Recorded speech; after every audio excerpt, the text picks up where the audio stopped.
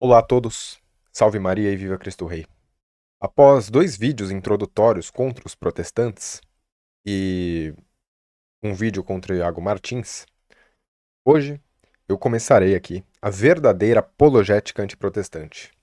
A partir daqui, eu começarei a desmontar o pilar principal dos protestantes, que é a ideia maluca e lógica, que é o sola escritura, ok? Então, este primeiro vídeo, que é a introdução do como contra os ortodoxos eu ataco, eu demonstro o papado, que é o pilar principal contra eles, eu desmontarei aqui o pilar principal dos protestantes, o sola escritura. Imagine que você é um cristão na época de São Paulo. Você vê as homilias de São Paulo. E após uma delas, ele escreve, né, uma das homilias e dá a você. Logo em seguida, São Paulo ele lhe pergunta: você considera este texto que eu acabei de te entregar como canônico, como inspirado? Você considera como parte da escritura, como parte do cânon? Diante dessa pergunta, você deve se perguntar: sabemos que não é porque foi escrito por um apóstolo que é necessariamente parte do cânon. Não significa que um texto é apostólico, que ele necessariamente é inspirado. Mas esse texto em específico ele parece coerente com o resto da doutrina apostólica. E sabemos que os apóstolos eles são pessoalmente infalíveis. Isso ajuda ainda mais na confiabilidade. Porém, há muitos escritos que concordam com os ensinamentos apostólicos e nem por isso são considerados inspirados. Nem por isso, né, são escrituras sagradas. Quanto ao estilo, é muito bem redigido. O texto é extremamente elevado. Mas nem por isso ele é escritura sagrada, já que há muitos textos com a escrita elevada e não são considerados parte das Sagradas Escrituras. E, ainda mais, sabemos que nem todas as partes da Bíblia Sagrada possui uma característica de um texto elevado, né? Possui necessariamente um estilo elevado. Diante disso, tenho certeza que a sua resposta diante de São Paulo seria: não tenho certeza. Você concorda que aquilo compartilha diversas características com o texto bíblico, mas nem por isso você pode afirmar com certeza de que é um livro inspirado. Para você ter certeza de que aquele livro é inspirado, aquele escrito é inspirado, você precisaria que o apóstolo confirmasse para você. E por que isso? Por que o apóstolo deveria confirmar? Bom, porque o que define se algo é inspirado ou não são os sentidos, e sim o próprio Pai. A autoridade que Jesus passou aos apóstolos, que não é deles, né? Não é pelos meios sensíveis, não é por mérito deles, mas sim a autoridade do próprio Cristo.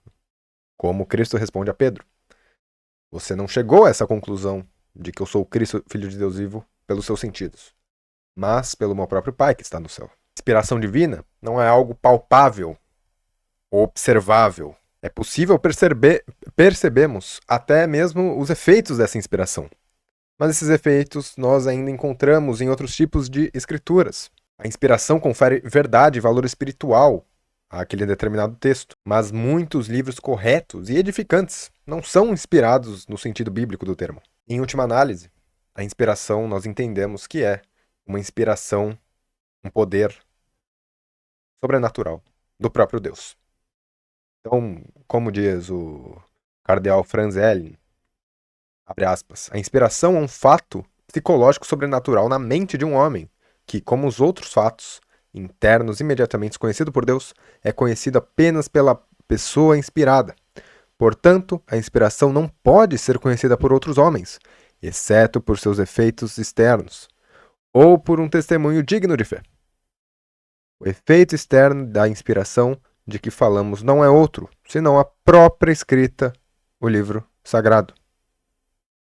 No entanto, não há nenhuma marca inerente nele que, por si só, manifeste a inspiração como uma causa necessária. Portanto, o fato da inspiração não poder ser conhecido por outros, exceto por um testemunho digno de fé. Este ponto é um desafio brutal, grotesco, que os que defendem que apenas as escrituras são suficientes têm de enfrentar, como eu irei mostrar neste vídeo. O reconhecimento de que determinado livro é realmente inspirado não se encontra explicitamente nos livros bíblicos. Então, entendendo isso, há duas abordagens que conseguimos tomar. E essas duas abordagens, elas são distintas umas das outras. A primeira, a perspectiva católica, que sustenta que o autor sagrado confirmou a inspiração do texto, mas essa confirmação não foi registrada dentro do livro em si, e sim transmitida pela tradição apostólica. Por exemplo, a certeza de que a segunda epístola a Timóteo é inspirada provém de uma declaração de São Paulo transmitida oralmente e preservada pela igreja. A segunda, que é a posição protestante, a posição que rejeita a tradição como fonte infalível de fé e se vê forçada a recorrer a certos sinais internos presentes nas escrituras, a partir dos quais se tenta concluir que um determinado escrito é canônico. A doutrina católica ela nunca rejeitou critérios de análise para saber se um livro é canônico ou não. Mas, evidentemente, por um rigor, ela nunca considerou isso suficiente. Não são suficientes por si só. Isso porque os critérios, eles não estão exclusivos às Santas Escrituras, e sim a diversos outros textos. Diversos outros textos que compartilham os mesmos traços. E como a inspiração ela é algo sobrenatural, ela não pode ser conhecida através apenas dos sentidos, sem que Deus a revele. Como alguém dizer que há um mamífero de 1,85 m de altura? Há a probabilidade de ser um ser humano. Mas só dá para ter certeza se dizer que esse mamífero é um ser racional. Racional. A gente teria certeza de que é verdadeiramente um homem.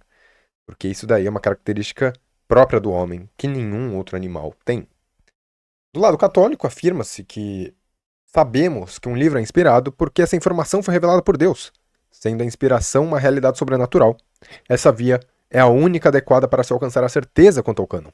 Já do lado protestante, o que se tem é uma coleção de indícios, que também se encontram em outros textos, e isso sozinho não é suficiente. Em última análise, o protestante se encontra em uma situação parecida com o secretário de São Paulo, antes dele dizer que o escrito é, evidentemente, inspirado. O católico, por sua vez, se encontra na posição de quem já recebeu essa revelação, da parte do apóstolo.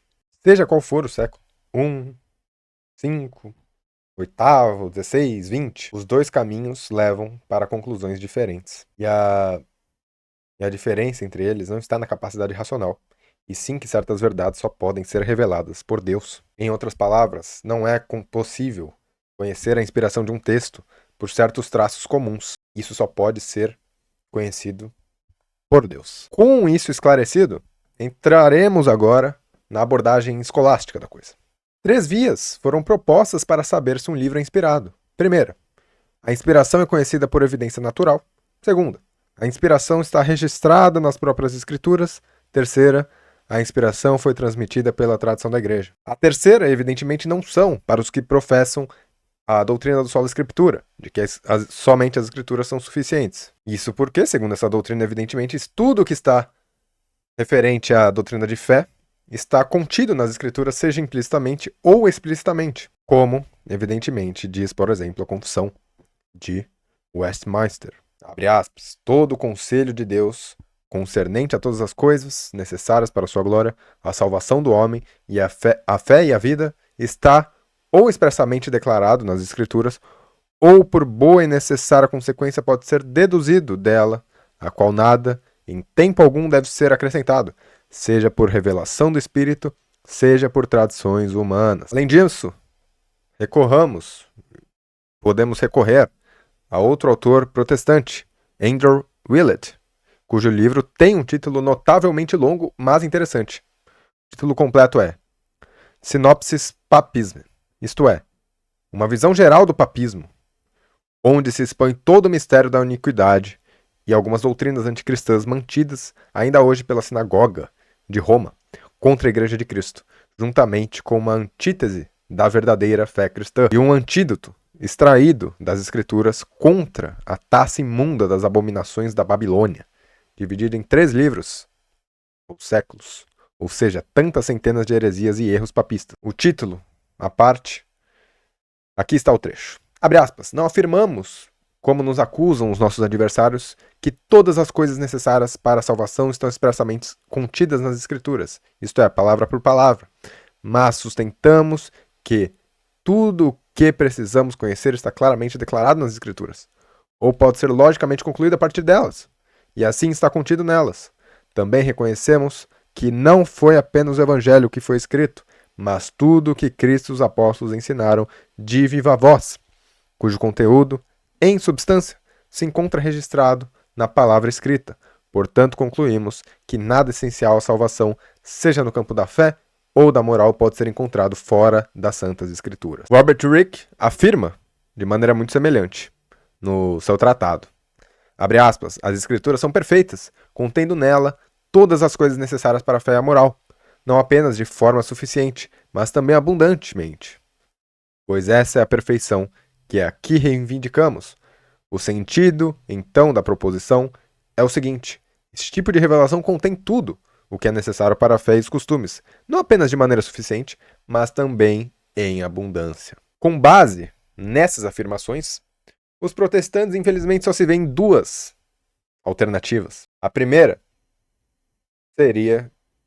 opção seria dizer que o reconhecimento da inspiração pode ser alcançado por meio da razão natural, ou seja, que o ser humano, por seus próprios meios, poderia concluir que determinado livro é inspirado ou não. A segunda opção, por sua vez, seria afirmar que essa verdade está presente nas Escrituras, de forma explícita ou implícita. A primeira proposta já é problemática por si só, mas a segunda é ainda mais insustentável. Muitos livros da Bíblia nem sequer são mencionados no restante do cânon, o que torna absolutamente absurdo a ideia de que as próprias Escrituras podem revelar a inspiração de outros livros, né? Apesar disso, incrivelmente, essa posição absurda é a mais tradicional no meio protestante. Um protestante escolástico alemão chamado David Preuss, no início do século XVII, escreveu uma disputa clássica sobre esse tema. Na introdução do seu comentário sobre Oséias e Isaías, ele declara: o dogma sobre as escrituras divinas e canônicas pode ser considerado um artigo de fé em sentido geral, na medida em que está em partes expressamente contido nas sagradas escrituras, em parte claramente deduzido delas. Mas sabemos que até para os protestantes essa tese não se sustenta de forma alguma. Onde é encontrado nas sagradas escrituras menção de que o livro de Esther, por exemplo, é sagrado? Ou algumas epístolas? Resposta: em lugar nenhum. Mesmo assim, vamos considerar, para sermos justos, os argumentos apresentados. O primeiro, sobre a Bíblia, citar a inspiração dos próprios livros canônicos. A Bíblia, né, fala da inspiração das Escrituras. Vamos lá. Abre aspas. Primeiro, de forma geral, quanto aos escritos de Moisés, dos profetas e dos apóstolos, está declarado nas Escrituras que todos são inspirados por Deus. Toda a Escritura é inspirada por Deus e útil para ensinar, repreender, corrigir e instruir na justiça. Eles são a palavra mais firme, brilhando como uma lâmpada, em um lugar escuro, no coração humano, e ainda mais firme a palavra profética, a qual bem fazeis em estar atentos, como a uma luz que ilumina em lugar escuro, até que o dia clareie e a estrela da manhã nasça em vossos corações. Eles não são invenção privada, ou produto da vontade humana, mas inspirados pelo próprio Espírito Santo, porque nunca, jamais, qualquer profecia foi proferida por vontade humana. Entretanto, homens santos falaram da parte de Deus, movidos pelo Espírito Santo. Esse argumento, no entanto, é evidentemente fraco. A questão aqui não é se as Sagradas Escrituras elas têm características de inspiração. Isso todo mundo concorda. A verdadeira pergunta é, porém, quais livros são inspirados? O argumento apresentado aqui é equivalente a afirmar: o povo do Brasil é racional. E a partir disso devemos concluir que certos indivíduos são brasileiros, o que é completamente ilógico. O que está sendo dito nesses textos é que ser inspirado é apenas uma característica das Santas Escrituras, assim como a racionalidade é uma característica essencial do homem. Mas isso não nos diz quais indivíduos são brasileiros. Assim como o argumento não nos diz quais livros são inspirados. Isso é claramente um erro de categoria. Imagine que Deus não quisesse inspirar a carta Filémon. Ainda assim, os textos bíblicos que falam da inspiração da Bíblia, ainda assim seriam verdadeiros, pois Deus ele tem a plena liberdade de inspirar um livro e outro não. Logo, essas passagens não provam, de forma alguma, que esse ou aquele livro são inspirados. Tudo. O nosso autor protestante ele tenta se defender dessas críticas. Vejam só.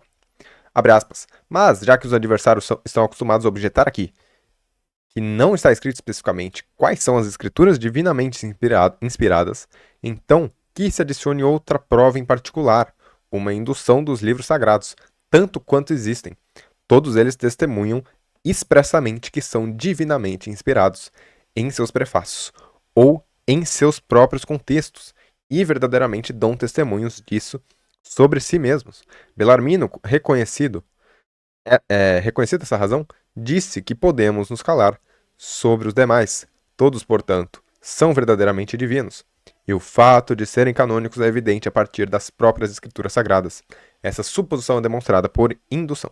Aqui ele tenta demonstrar que cada livro das Sagradas Escrituras tenta mostrar explicitamente ou implicitamente que são inspirados, mas falha perfeitamente. Primeiro ele tenta demonstrar que os 5 livros de Moisés são inspirados porque tem um título, Os 5 Livros de Moisés.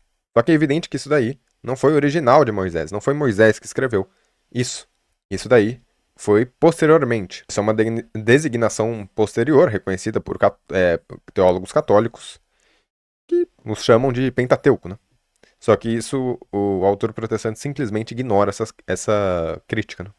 Depois, ele simplesmente ignora todo o Antigo Testamento e vai direto para os profetas maiores e menores. Nesse ponto, ele de fato até tem algum sucesso, porque os livros proféticos, eles acabam começando com uma fórmula bem específica, que é a palavra do Senhor veio a, que indica evidentemente que o profeta recebeu uma revelação e a escreveu. Embora isso possa se argumentar que isso não prova que todo o conteúdo do livro é inspirado e pode-se argumentar que ele estaria apenas registrando um fato histórico, ainda assim, isso dá, evidentemente, um respaldo implícito à inspiração. Então, após deixar todo o Antigo Testamento para fora, ele segue para o Novo. E aí a coisa complica e fica bem feia. No caso dos evangelhos, ele tenta utilizar do título, por exemplo, Evangelho de Mateus. E o título revela o autor. E como o autor é apostólico, portanto, revela que o livro é inspirado. E ele aplica o mesmo raciocínio às epístolas. E com as epístolas muda um pouco, porque as epístolas, elas evidentemente destacam, né, muitas vezes os autores delas. Nos evangelhos, a menos em alguns casos, como João, há apenas uma auto-identificação implícita. Mas como sabemos que João era apóstolo, o autor conclui que isso é suficiente para a autoridade do texto.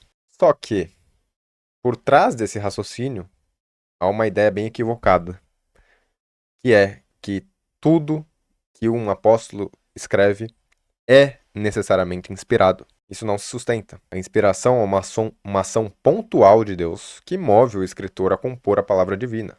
Isso é diferente, por exemplo, do dom da infalibilidade, que é algo estável. Possivelmente provável, possível, que os apóstolos eles pregassem sobre fé e moral sem que isso se tornasse automaticamente escrituras. Um sermão dominical, por exemplo, de São Paulo poderia ser fiel e verdadeiro completamente, mas alguém redigi-lo, né, transcrevê-lo, não torna inspirado automaticamente. Portanto, a premissa de que a autoria apostólica implica inspiração não foi demonstrada de forma alguma. Isso, além de tudo isso, isso nos deixa com diversas lacunas. E quanto a Hebreus? E quanto aos diversos livros do Antigo Testamento que ele não mencionou? Mas o autor ele tenta oferecer uma resposta. Ele afirma o seguinte, abre aspas, uma terceira prova deve ser acrescentada, a de que estes livros divinos e canônicos é evidentemente deduzida dos próprios livros, ou certamente de outros livros divinos, que dão testemunho disso, pois ou eles são citados em outras partes das Escrituras Sagradas como livros divinos, como por exemplo, o primeiro livro dos Reis, ou eles próprios evidentemente possuem os critérios das Escrituras divinas, ou seja, a natureza da doutrina, o estilo profético e o apostólico, a evidente harmonia com os livros proféticos e apostólicos, milagres autênticos e oráculos, enfim, todos os efeitos próprios da palavra divina. O primeiro ponto aqui é razoável. Se um livro inspirado, que já foi aceito como inspirado, menciona outro livro, pode ser usado como argumento que esse outro livro é inspirado também. O mesmo vale para uma citação direta que identifique outro escrito, outro livro como escritura. Claro, a expressão palavra do Senhor aparece em diversos livros, mas existem livros que não aparecem, como Esther. Isso leva o protestante a se afundar ao outro argumento, que é extremamente fraco.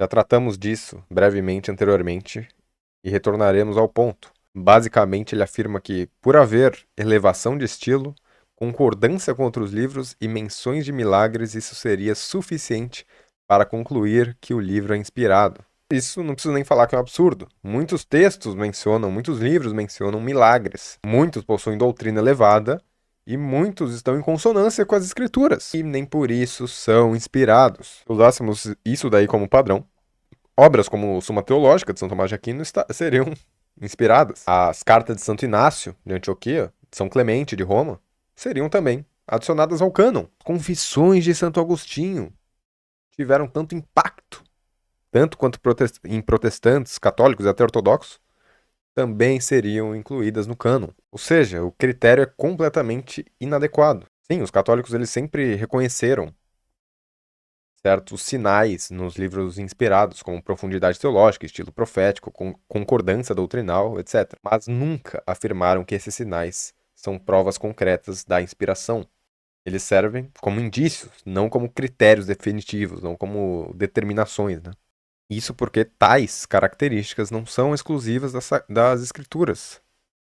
Não há aqui nenhum sinal único e inconfundível que, por si só, identifique um texto como sendo divinamente inspirado. A argumentação piora ainda mais quando ele tenta justificar a inclusão da epístola aos Hebreus. O que ele faz? Ele diz que a linguagem é semelhante à usada por São Paulo. E partindo disso, conclui que São Paulo é o autor. Então, por ser Paulo, deve ser inspirado. É esse o argumento, uma cadeia de suposições completamente frágeis. E isso vem supostamente de um dos melhores teólogos protestantes da época. Como já foi demonstrado, temos que descartar 3 opções protestantes. Primeiro, de que a inspiração é conhecida por meio da tradição, pois os próprios protestantes rejeitam isso.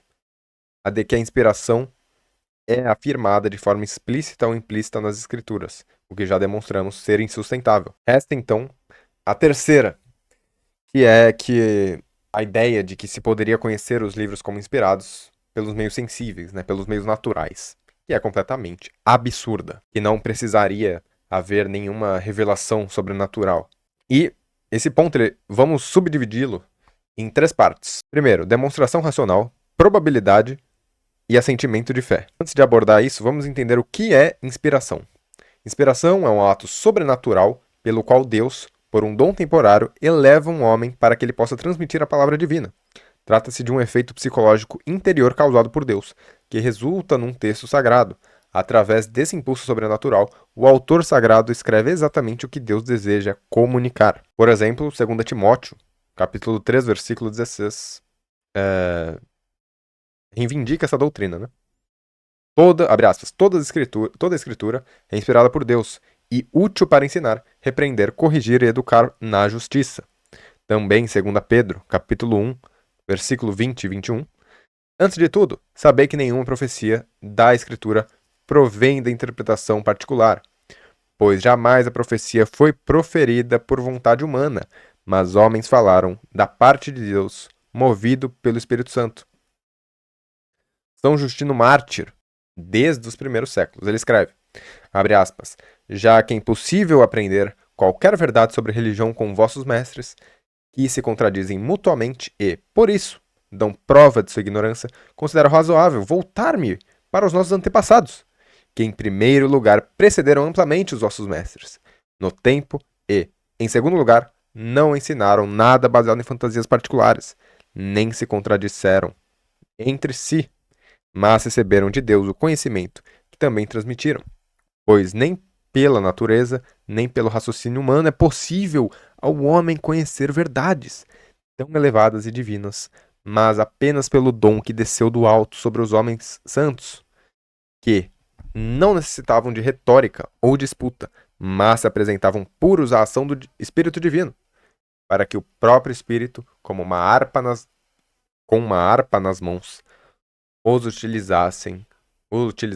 como instrumentos, revelando-nos conhecimento das realidades divinas e celestes. A revelação sobrenatural, a ação sobrenatural, a inspiração sendo uma ação sobrenatural, ela vem diretamente de Deus e age na mente humana. Ela é infinitamente superior a qualquer capacidade natural das criaturas, até mesmo, obviamente, dos anjos mais elevados, ou Maria, pois quem escreve em inspiração está proferindo as próprias palavras de Deus.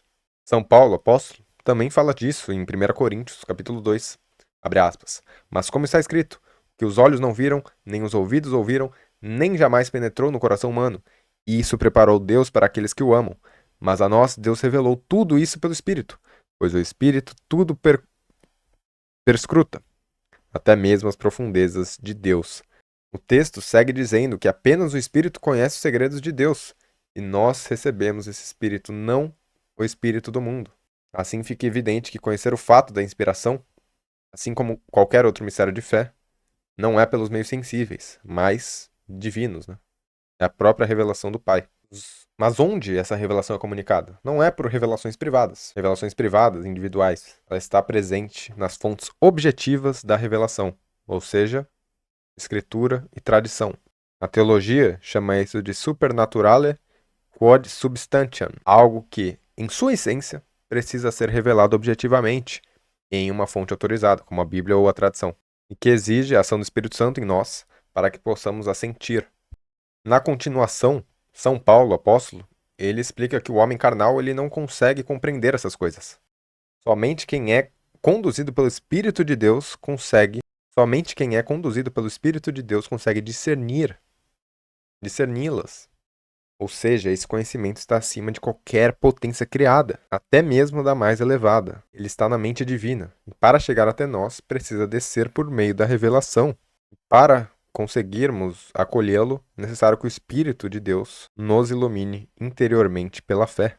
Como diz São Justino, abre aspas, nem pela natureza, nem pelo raciocínio humano é possível ao homem conhecer verdades tão elevadas e divinas, mas apenas pelo dom que desceu do alto sobre os homens santos. Agora que isso daí já foi plenamente esclarecidos, podemos tratar das 3 espécies de assentimento. Primeiro, conhecimento científico. Essa forma de conhecimento parte do que é mais evidente para nós e chega ao que é menos evidente. Ela depende de princípios claros a partir dos quais se constrói um raciocínio, um silogismo. O problema é que quando se trata de inspiração de um livro bíblico, não temos acesso direto à mente de Deus para saber naturalmente que um texto é inspirado. Seria absurdo dizer que uma verdade sobrenatural, como a inspiração, pode ser conhecida por princípios meramente naturais. Se fosse assim, evangelizar seria fácil. Bastaria demonstrar logicamente que tal livro é inspirado, e todos se convenceriam. Mas isso implica uma contradição, dizer que uma verdade sobrenatural pode ser extraída de verdades naturais, o que é impossível. Conhecimento por opinião, segunda, é aquele que se baseia em argumentos prováveis, mas isso também falha. Por quê? Porque argumentos prováveis não se baseiam no que é essencial àquilo, que está sendo conhecido, Por exemplo, se eu disser que João é racional, posso concluir que ele é homem, pois racionalidade é uma característica essencial do ser humano. Agora, se eu disser que João tem 1,77 de altura, isso não prova que ele é homem. Um alce, ou até uma árvore chamada João, poderia ter essa altura. O que isso mostra? Que os argumentos prováveis não são suficientes para provar a inspiração de um livro. Embora possam dispor o espírito para aceitá-la e fortalecer a fé, eles são úteis na pregação ou na oração, mas não são fundamento de crença. O fundamento é a revelação divina. Terceiro, o assentimento da fé. Esse assentimento se dá com base no testemunho de alguém. Se seus pais lhe dizem que são seus pais, você acredita. Não porque tem prova absoluta, mas porque confia neles. Isso é fé humana. Agora, se o testemunho vem de Deus, falamos de fé divina. E aqui está o ponto. Se alguém disser que crê um livro é inspirado com base em fé humana, isso não funciona, pois quem transmitiu essa crença teria que ter obtido essa certeza de algum lugar. Isso geraria um registro infinito a menos que se chegue a uma revelação divina, ou seja, só resta a fé divina, que pressupõe o fato de que foi revelado por Deus. Logo, para acreditar com fé divina que um livro é inspirado, é necessário que essa inspiração tenha sido ensinada com autoridade divina. Mas já demonstramos que esse dado não está na Escritura. Então, onde ele está? A única alternativa é, infelizmente, protestantes, a tradição sagrada. Podemos, então, formalizar o argumento assim. Crer com fé divina exige que algo tenha sido revelado por Deus. A inspiração de determinados livros deve ser crida com fé divina. Portanto, a inspiração desses livros deve ter sido revelada por Deus. São Paulo confirma isso em Romanos 10. Abre aspas. Como invocarão aquele em que não creram? E como crerão naquele de quem não ouviram falar? E como ouvirão se há quem pregue? E como pregarão se não forem enviados? Como está escrito: quão formosos são os pés dos que anunciam boas novas. Ou seja, para que se creia que um livro foi inspirado, é preciso de um pregador, enviado por Deus, evidentemente, que tenha revelado isso, que tenha ensinado isso. Esse é o fundamento da revelação inspirada. No vocabulário da teologia, inclusive protestante, é comum vermos a inspiração tratada como objeto realmente de fé. Não se diz, eu sei que esse livro é inspirado, mas eu creio que esse livro é inspirado.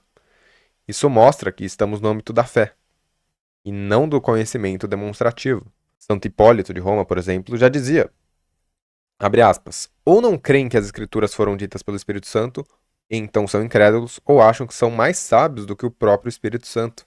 Isso confirma que o argumento não é sobre a nossa capacidade de raciocinar certeiramente, né? Mas sim sobre a natureza do conteúdo. A revelação é algo sobrenatural e, como tal, não pode ser conhecida pelos meios sensíveis, pela razão. O mesmo vale para todos os mistérios da fé: encarnação, trindade, eucaristia, graça santificante, sacramentos em geral. Nenhum deles pode ser descoberto por raciocínio, apenas por revelação divina. E o mesmo se aplica ao fato de algum livro inspirado. Agora, imagine, por hipótese, que alguém tivesse certeza absoluta de todos os critérios de canonicidade. Que foi escrito por apóstolo, em perfeita harmonia com os demais, que tem estilo elevado, que produziu grande efeito espiritual. Mesmo assim, essa pessoa não teria justificativa suficiente para afirmar que um livro é inspirado. No máximo, teria uma opinião bem fundamentada, mas teria que dizer honestamente: eu não sei. O problema não é a falibilidade do sujeito que conhece, mas a ausência de justificativa suficiente. Os protestantes não possuem justificação adequada para afirmar a inspiração dos livros. Por isso, não foi revelado a eles. Já os católicos afirmam que a tradição sagrada transmitiu essa revelação e por isso a base suficiente para crer, com fé divina, que tais livros são inspirados. Um sistema teológico que nega que a inspiração é revelada é falso. O protestantismo nega que a inspiração é revelada.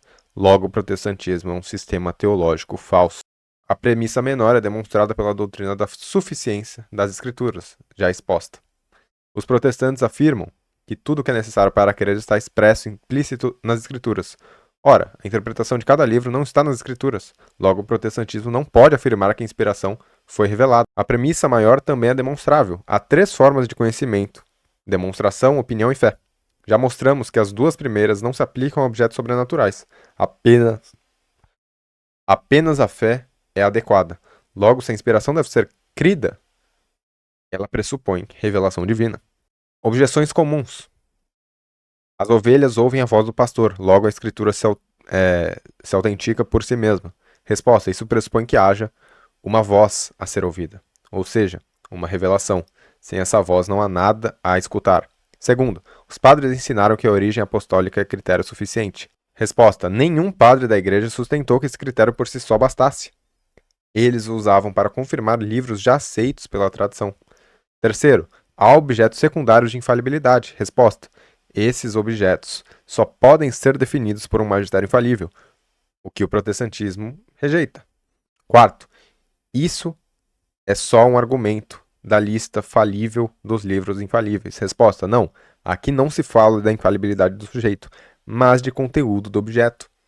O problema não é só crermos com certeza. O problema é se há algo a crer, se foi revelado ou não. Isso levaria a um regresso infinito. Precisaríamos da revelação da revelação. Resposta: não. O testemunho da tradição, ao afirmar que Marcos é inspirado, inclui implicitamente que isso foi revelado.